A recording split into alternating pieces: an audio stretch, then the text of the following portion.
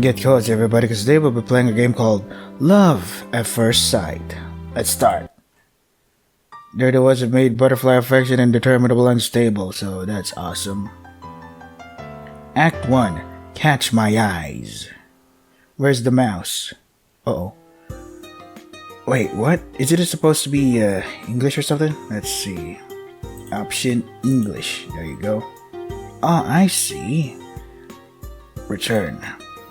It's early in the morning. This is the path I always take to get to school. I normally have to hurry, but today I'm taking it easy. Wait, how do I space? Okay. I had a little extra time to get out of the house, which is kind of unusual. I'm feeling good under the warm morning sunshine and cold morning breeze as I head to school.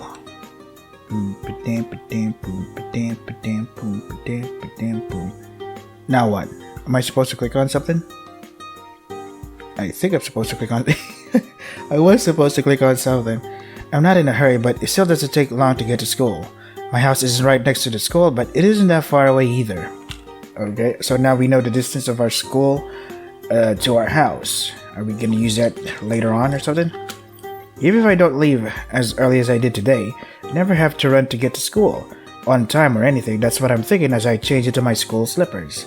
There's totally nothing happening in our life that we think about that useless thing. Nice trivia. I absentmindedly climbed the stairs, heading to my classroom on the second floor, class 2-2. I put my hand on the door to open it. And then... Oh, Marco, good morning. You're here earlier than usual. How unlike you. Her loud, ear-splitting voice shakes me out of my morning daze. Morning, Akemi. I see you're getting a head start on being loud and obnoxious today. There's nothing wrong with being energetic. This overly spirited person is Tsunami Akemi. She's always like this, the kind of person who's always going full throttle from the moment she wakes up until the moment she falls asleep. You're not energetic, you're out of control, but I guess that's what I should be expecting by now. Morning, Tomo. You know her better than I do, right? Does she have a volume knob? Morning. I've known Akemi for a long time, and I can say for sure that no, she doesn't. This is Ochiai Tomoyori. He's a zombie in contrast to Akemi's liveliness. But like Akemi's energy level is constant. He's lifeless all day, every day. What? Yeah, I've known her for a little while, but I'm starting to realize that you'll get used to it. Michael, lately you've started treating me as bad as Tomo-kun. Is this really how you should be treating someone you've only known for 2 months? Considering how annoying you are, do you really expect me to treat you any differently? Yeah, I've only known these two for about 2 months, though I've gotten pretty close to them in that time. I am Fukunaga Mamoru. 2 months ago I had to switch high schools because of my parents' work. Fall's almost over. I transferred in the middle of the season, and because of that, I was a bit of an oddity among the other students. I was really nervous at first, but luckily these two came along and we became friends. That's mean, Tomo-kun. Say something. Something. Well, it seems like you two are getting close. Yeah, thanks to you. Hey, don't ignore me. Can say for sure that Tomo is the real reason I'm comfortable here now. He doesn't take care of his appearance and he's not the warmest person you'll ever meet, but he's pretty smart and ultimately a good guy. I learned how dependable he is pretty quickly. Okay, ignoring me is not forbidden, you hear me? I might be ignoring her, but I guess I owe Akemi as well. The fact that she's so annoyingly loud is her only real flaw. I don't know anyone more inspiring than her. Lately, Akemi's been trying to get me to hang out with her and Tomo all the time. The two seem to balance each other out, though it's not a perfect balance by any means. From what I hear, they've been friends since they were kids, though Tomo once told me he's basically just been following me around this whole time. The bell rings. It's already time for homeroom. What's first period today? Math or homework is due today. You did do it, right? Yeah, yesterday I finished with time to spare for a change. I was actually able to go to bed early because of that. I said ignoring me was forbidden. Hey, what about the other people? Are they not disturbed by our fucking loud gossip, conversation and shit? Yes, people are non-existent here. Cool. The morning lessons end and lunchtime begins. That was fast. Lunchtime, time to eat. We moved from our classroom to one farther down the hall. We're the only ones in here, and Akemi's thundery voice echoes in the empty classroom. 3 of us have been coming to this empty classroom for lunch, since I transferred to the school. On the menu for today is Salisbury steak. Awesome! What are you, a kid? Come on, can you at least lower your volume during lunch? Tomo, help me out here. After a moment, Tomo replies, what do you want me to do? Then he sighs and snatches Akemi's chopsticks from her. Hey! Then, as Akemi opens her mouth to protest, Tomo stuffs a piece of Salisbury steak into her mouth. She seems to have forgotten anything she wanted to say when the food entered her mouth, and she quietly chews it, even though we're still eating lunch in the classroom. Her mood improves a moment later and her expression dissolves into bliss as she chews. She really is an airhead. I'm not her keeper, you know. Coulda fooled me. Who else would hold back that freight train of a girl? You think I could hold back a freight train? Okay, maybe not. Exactly. Akemi cries, spewing food everywhere. Then realizing what she just did, she hastily closes her mouth and swallows. I am the #1 most cheerfulest girl in town, Tsunami Akemi-chan. And with that, she goes back to eating her lunch. I guess she can't stay quiet for long no matter what she's doing. The most cheerfulest girl in town? I don't think you have any competition for that title. No one's gonna take your crown, Akemi. No kidding, she's one of our school celebrities. Thomas starts on his own lunch. Seriously? One of? You mean there's more? Yeah, high school has a lot of unusual students. There are a lot of rumors floating around concerning our school, it seems. Wow, what other kinds of celebrities are there? You don't know any of them? Well, first there's... Tomo takes a quick glance at Akemi, but she seems to be lost in her own food-induced paradise. She's not even listening to us anymore. Well, there's a lot of them. If you really want to know, I'll tell you later. He doesn't want to talk about this in front of Akemi. I guess it's a touchy subject, but I'll make it a point to ask about it later. All done. You eat way too fast. Crap, I barely touched any of my own food while we were chatting. I should have started on my own lunch while she had her mouth closed. I'm not going to get another chance now. Hey, what were you two talking about? I was recounting the epic saga of how you won your fame. He seemed to be really interested in it, so I wanted him to hear it from the source. Wait, what? Really? Sure thing, Makun. Do you want to hear about when I saved the town for the first time with my fantastic powers? I hadn't met Tomo-kun yet, and... No, I really don't want to hear about that. Come on, Tomo. A minute ago, you told me to take care of her, and now I'm telling you to do it. I haven't even touched my food yet, so you be her friend for a bit. And without a second glance, he starts eating his lunch in silence. Damn it. Makun, are you listening? So anyway, my mom had gone out shopping and... No, you're the one who needs to listen. Man, how did I get roped into this? So for the rest of lunchtime, I got stuck listening to her story, while I finished my lunch and gave her the occasional nod. School ends. Yeah, Makun, where's Tomo-kun? Akemi calls out to me as I'm packing up my stuff. She rushed out of the classroom right when the class ended, and it seems she came back just as quickly. He said he had some things to take care of back at his place and left a little early. What's up? Oh, really? Well, can you take this to the third-year classrooms for me? I promised to return this before the end of the day, but I've got a club meeting I gotta go to, and... She hands me a small paper bag. Feels like it's got a book or something inside it. I sigh. Fine, I'll do it. Thanks a bunch. Give it to a student in class 3-2 named Yai Katashi. I'm counting on you. Katashi or Katashi? I'm not sure how to pronounce. No sooner does she say that than disappears once again. It's supposed to be then. T-H-E-N. Oh, people always confuse then and than. She just can't sit still, can she? I suppose I better get going too. No telling how long this Yai person is going to be there for. Finish packing up and head to the classrooms on the 3rd floor. I arrived at the 3rd year students' classrooms and it looks exactly like our classroom. With the chemist's package, I look for the person I'm supposed to deliver it to, but some of the other students tell me she stepped out for a bit. They say she'll be back soon and I can just wait for her here, but 10 minutes pass and she's still nowhere to be found. Maybe I should have one of the other people here give it to her and just go home. School's over and most of the students have been at their club activities for a while now. While I'm waiting in the 3rd year classroom, the other students filed out and the school grounds slowly become devoid alive. The noise of daytime activity has all but disappeared. I feel like I'm in detention. I want to go home already. Giving up, I leave the classroom and turn toward the stairwell. The classroom is on the second floor, so I usually don't spend any time up here. The layouts of the two floors are pretty much identical, but somehow I feel like this is some alternate dimension. What? You've got a very wild imagination. Just as I'm about to descend the stairs, I start to hear what I think are sobs coming from nearby. What? Sobs? Someone's crying. It is my duty to, Time to investigate and become the protagonist of this love story or whatever. I figured I was alone and had relaxed because of that, but the sudden sobbing catches me off guard, and I freeze. I held my breath and strained my ears, even though that's impossible to hold the breath because it's made of gas, but okay. It's not my imagination. Someone nearby is crying softly. Hearing someone crying in an empty school building sounds like the beginning of a horror story. What am I saying? This is the horror story? School might be over, but the sun hasn't even gone down yet. Finding someone else in the building isn't that strange. Well, I say that, but this situation isn't exactly normal either. The sobbing continues. Sounds like it's coming from the next floor up. It's quiet, but it reverberates off the narrow stairwell's walls. It's definitely coming from the floor above me, though I didn't realize it until now.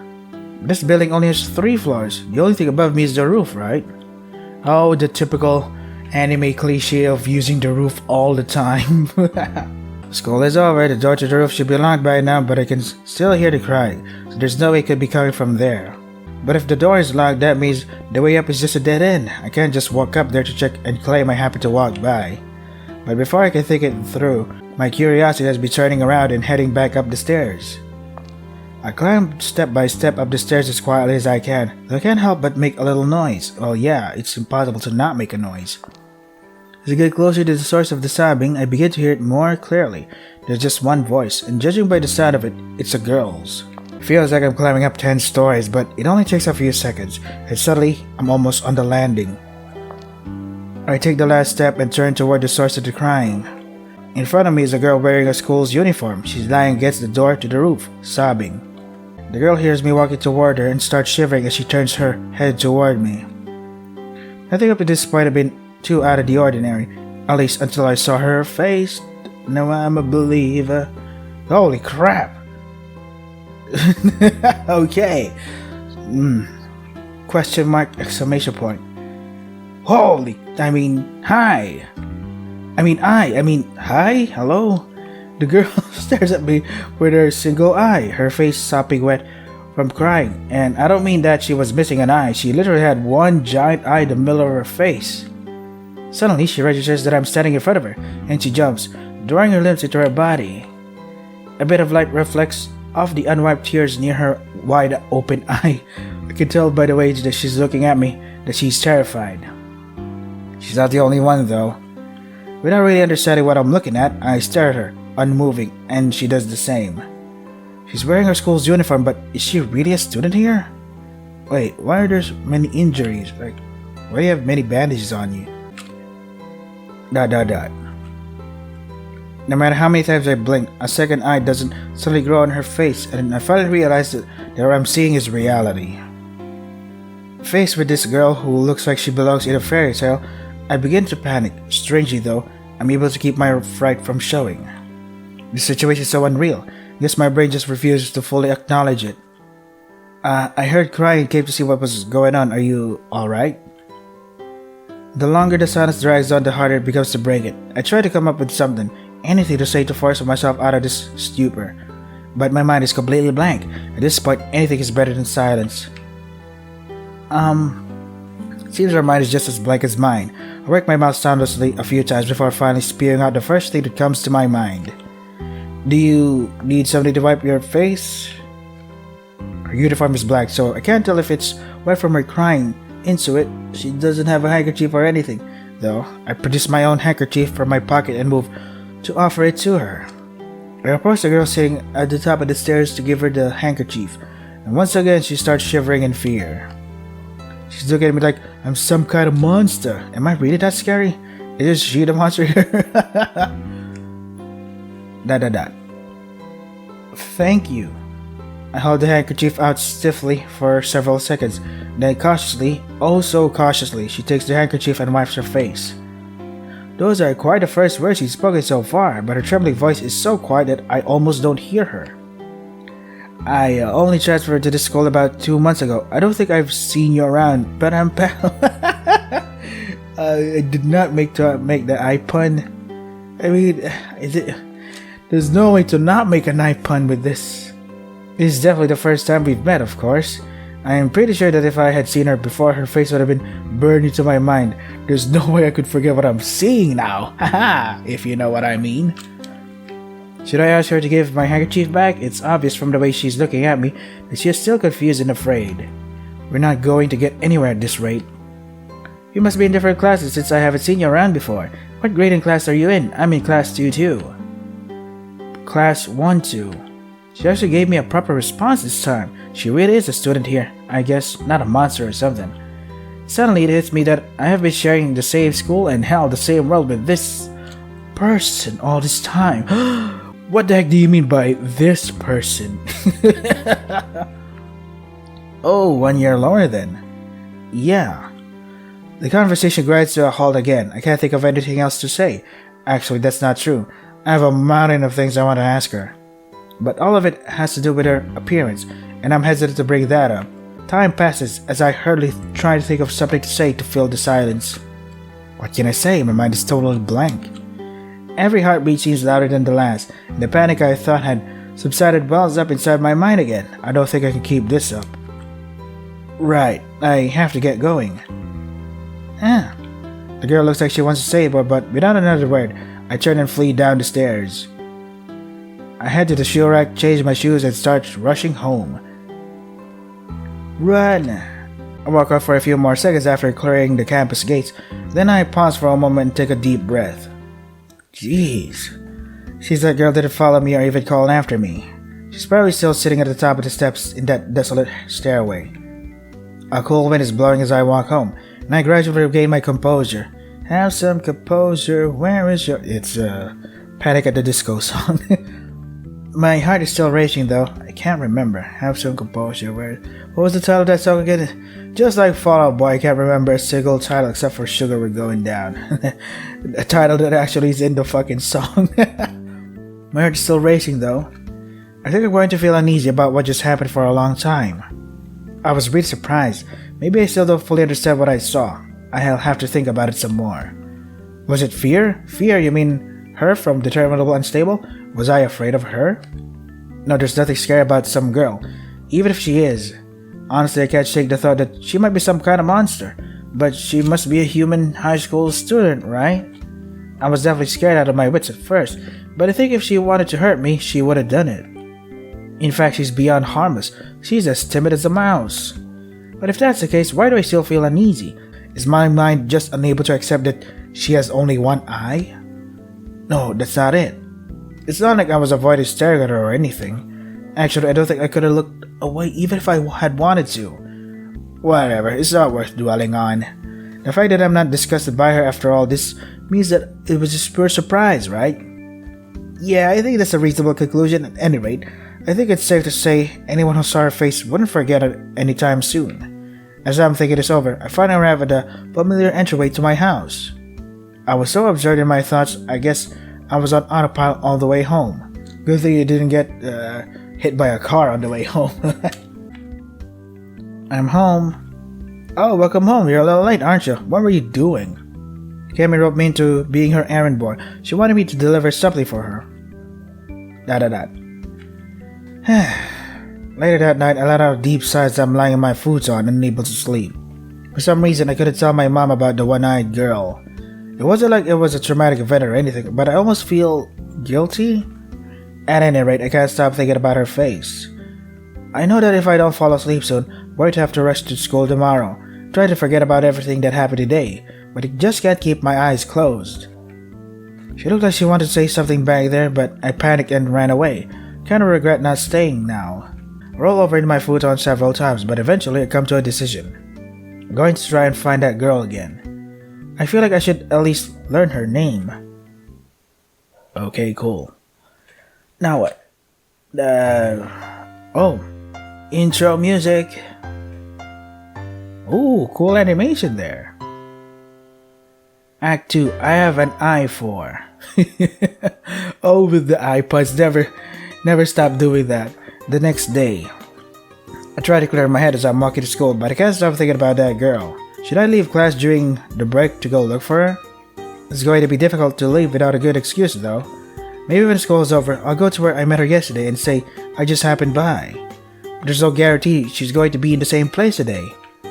Besides, I didn't exactly handle that situation gracefully, leaving her like I was trying to run away. Definitely not the best first impression to make. I'll have to think of some excuse for going. How about the handkerchief? Why did I even go investigate her crying in the first place? I'm not even sure I know myself. That girl, I don't even know her name. What should I call her? Don't ask me that. How about Ika? Eliza? Oh god. I am going to hell. Wait, I'm getting ahead of myself. Before I even think of what to call her, I have to actually find her first. I'll ask her name, introduce myself, and that'll probably be good enough. She'll probably think of some kind of freak, but I guess that's fine. Maybe if I just talk to her, it'll lighten some of the tension between us. I look up to find out I arrived at school. Looks like I was on autopilot again. Oh fuck, I skipped. I didn't mean to skip. Oh, there we go. I get inside, change my shoes, I head up to the second floor where my classroom is. As I walk up the stairs, I see something strange moving out of the corner of my eye. Peeking around the corner of corner of the connecting hallways, a head of brown hair. It's the girl I've been seeing in my mind all morning. I seem to be the only one who noticed her head popping around the corner. She must think that pose will keep her totally hidden, as if she's in a manga or something. But she really stands out, at least to me. Wait, you didn't change your bandages? What? She's moving her eye around frantically, and sure enough, she picks me out from within the sparse crowd. I'm so surprised to see her. All I can think is, why is the first year student on the second year floor? Before she hurries up to me. I'm here. She hands me a familiar handkerchief. Yeah, that's right, I had totally forgotten that I lent it to her yesterday. I take the handkerchief, which is folded neatly into a perfect square. I think she even washed it. Yesterday, thank you. As soon as she says this in her tiny voice, she runs down the stairs and vanishes around the corner. Hold on, wait.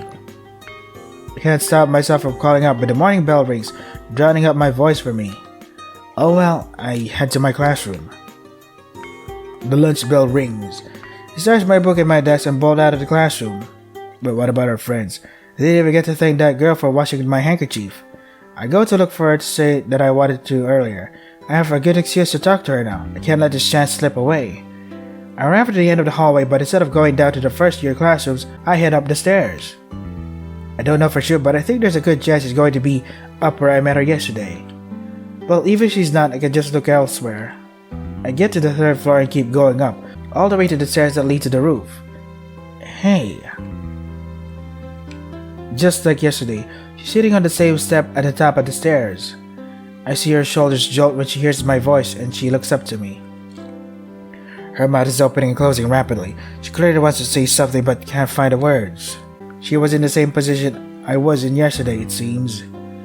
Thanks for washing my handkerchief. I didn't get a chance to say it earlier. Yeah.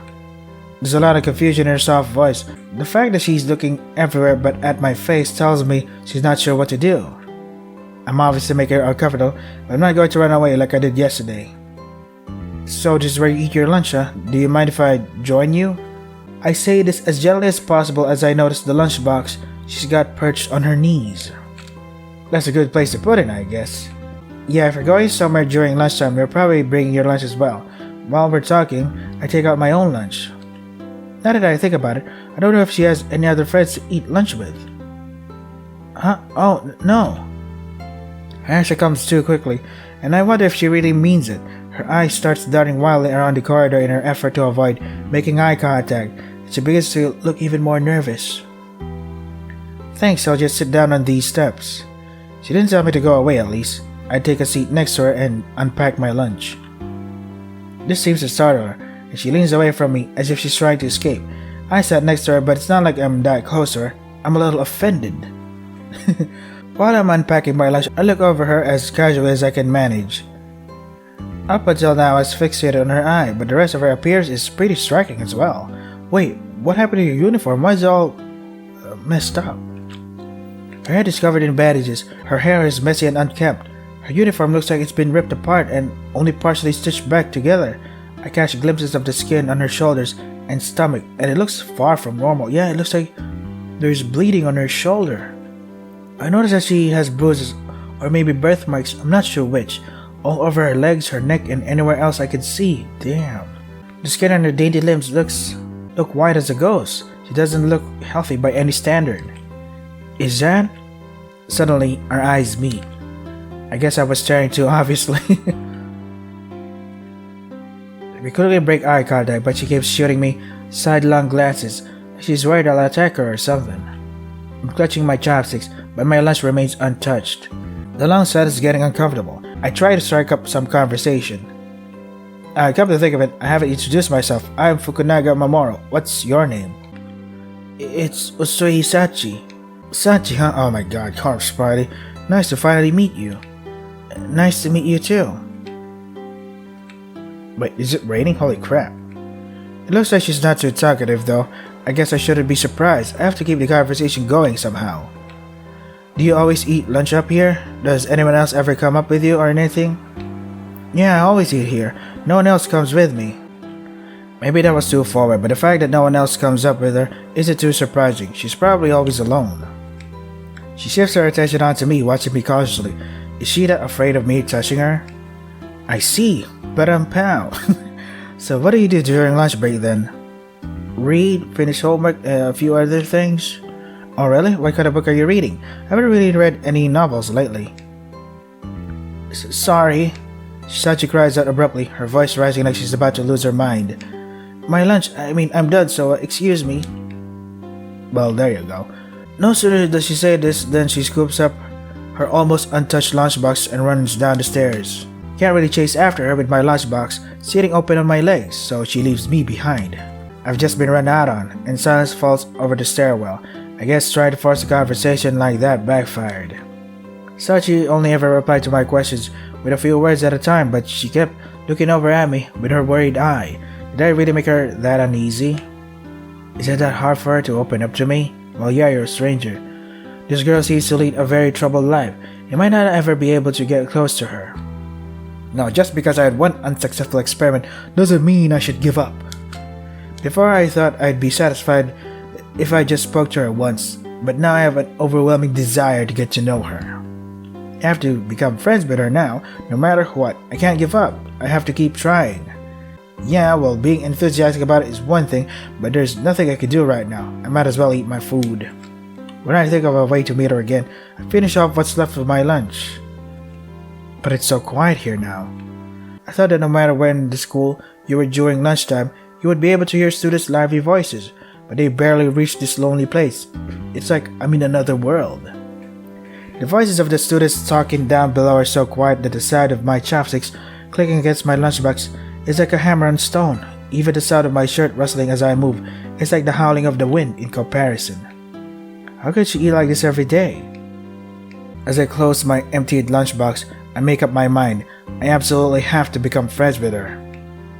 Okay, lover boy. Now what? Returning to my classroom, I catch Toma and Akemi just as they're finishing their lunches. Hey, where'd you go? The two of us ate our lunches together all alone. Come to think of it, I never said anything to them as I left, yeah. Oh, my bad, I finished my lunch too. Where'd you run off to? Have you guys seen a first-year girl with a really unusual appearance? What do you mean by that? A first-year girl. The one with the ocular issue? Yeah, that sounds like her. Eh? What are you talking about? Something I don't know about? Oh, this probably is just something you want to hear. It's not really a happy story. Wow, rude. You shouldn't keep things from your friends. That's not what I meant, but... Anyway, what do you want to know about her? No reason, I just heard about her and got curious is all. Do you know her? Personally, no, I've seen her around, but never really talked to her. As for what I've heard about her, I'm not sure if it's true or not. It might all be just baseless rumors. That's fine, just tell me what you know. Are you sure you really want to know? Someone looks side to side like he wants to make sure no one else is listening, even though the three of us are alone in here. Yeah? Alright. He probably turns away from me and stares at the floor. He looks as though he's staring into another dimension. Again with this another dimension, another world, another dimension, another parallel world. What is it with our obsession with fucking looking at is a different world or something? Fine, but take what I'm about to say with a grain of salt. A first year student in class 2, female, named Usui something. I only remember her family name, but she only has one eye. Wait, one eye? You mean she lost one in an accident? She didn't lose one eye, she only ever had one. Right in the center of her face. One big eye. What? You mean she was born that way? I don't know the details, but it seems that she was. I've only ever seen her from afar, but I really don't think that's an injury. There's really a person like that in one of our first year classes? I've never seen her or even heard about her, not once. Well, we are in a different year from her, but regardless, I guess she's trying hard to stay hidden, both from the other students and from herself. What do you mean she's trying to stay hidden from herself? I told you, it wasn't a happy story. Toma takes out a quick glance at Akemi. He seems worried to have said so much about Sachi around her, though it's not like I forced him to tell me. Yesterday he avoided the subject of the school's celebrities. Was that because he didn't want to talk about Sachi? That's all I've heard, but she does have a startling appearance. She's definitely not normal. Maybe she's creepy, maybe not. But you have to admit that at the very least she's unusual. Yep, she's fascinating to some and scary to others. I'm sure there are plenty of more who find her disturbing. From what I hear, she's always covered in wounds, so hard to believe they're all accidental, considering how many she has. So in that case, could they be from someone beating her up? Bullying her. If someone at her home is hurting her, I couldn't tell you, but there is a real possibility that she's being bullied at school. Could that be it? Before I wasn't sure what caused all her injuries, but thinking back, what Tomo's saying makes sense. Does anyone try to protect her? I told you, all I know is rumors, not details, but... There's another student who's also a little famous, and I think she's the one responsible for bullying the girl. It's not Rui-chan, is it? This catches me off guard. Akemi, normally so loud, speaks in a hushed tone. Now that I think about it, she's been abnormally quiet the whole time Tomo's been telling us about Sachi. I always figured Akemi would be the first to denounce bullying whenever she sees it, but... Do you know her? I wouldn't say we know her per se, we just ran into her several times during middle school. Doesn't that mean they know her? Akemi seems to be staring into space now, thinking. Anyway, whether or not we know her doesn't really matter, but yes, the alleged assailant is this girl, Sadokawa Rui. I've heard that she's from a well-off household and was pampered growing up. As a result, she's very self-centered. That's the impression I got when I first met her, but there's probably more to it than that. She's really popular among other students as well. That also contributes to her behavior, at least I think so. I see. Thanks for telling me.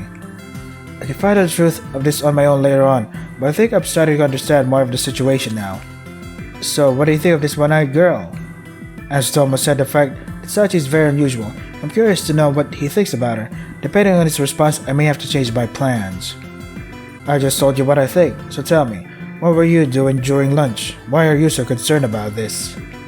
I didn't plan on hiding it, but I guess I couldn't have anyway. Thomas seems to understand what I was getting at. I can't fool you. You made it too obvious. As I said before, I only have trivial information. You should judge a book by our cover, so to speak. I haven't concerned myself with her until now because I didn't have any reason to. That said, if you want to help her out, you've got my support. I see. Well, thanks. I didn't think there'd be any problems, but still, I'm glad Tom was so eager to help. I keep my face expressionless, but I breathe an internal sigh of relief. Wait, did you actually meet this girl, Makun? Kemi quickly returns to her previous loud demeanor. Yeah, I did. Oh, fair, I want to make friends with this girl too, Makun. Introduce me. Yep, Akemi's back to her old self. The way she was acting before was so unlike her. She seemed worried when Sadokawa and her bullying came up, but now it's like she wasn't even here for that part of the conversation. At least I don't have to worry about Akemi being nice to Sachi, if they ever did meet. She's so damn friendly. I'm not sure how I would do that. I mean, I'm not really even friends with her. Come on, what are you trying to say? I mean, it's just that she's not used to talking with people, and I think talking to someone like you would be really overwhelming for her. What's that supposed to mean? You don't want me to meet her? That's definitely not fair. It's because your voice is capable of leveling buildings. Hey, come on, it's not like I'm going to be giving a speech to a huge audience. It's no exaggeration to say I'm a professional at having super relaxed conversations with guys, girls, kids, and even dogs, cats, and lizards. What an achievement. It's definitely an exaggeration. You are intimidating with that loud voice of yours, and that meeting is going to end with that girl running away in tears. That's right, I know these two are good people, and as much as I want to introduce them to Sachi, I don't think suddenly coming by with 2 more people is a good idea when she barely even knows me. Boo, what about Tomo then? I don't think that will work either. Don't you think she'd be just a little scared if 2 guys she doesn't really know walked up to her and started talking to her? She pouts at Tomo. He's right, I don't exactly have the friend in his face. It's safest if you just meet her on your own for a little while. It's true. He's really tall and he always has somewhat of a strange look in his eyes. I probably scare her enough all on my own, but if I brought Tomo along, she'll probably scream and run away. Sorry, you two. Fine, I get it. I'll give you a little while. But someday you'll have to introduce me. Sure, I promise. Good luck. If you need help, just ask us. Thanks, if it comes to that, I'll gladly take your offer. Cool. Right, Act 3, I think. Yeah. Don't make her cry, you assholes. Have an eye for. Wait, Act 2? Was it Act 2 before? Okay. Wait, did I see it wrong? Huh. Okay. While I'm trying to think of what the fuck that I just saw, I have to end it here. Gotta prepare for work and stuff. Wait, can I save? Yes, thank the Lord. I'm so happy I can fucking save whatever the fuck I want. So yeah, that was Love at First Sight. If you want to try the game for yourselves, the links are in the description. That is all for today. Holy crap, she's cute though. Don't bully the one-eyed girl. Stay safe and take care of yourselves.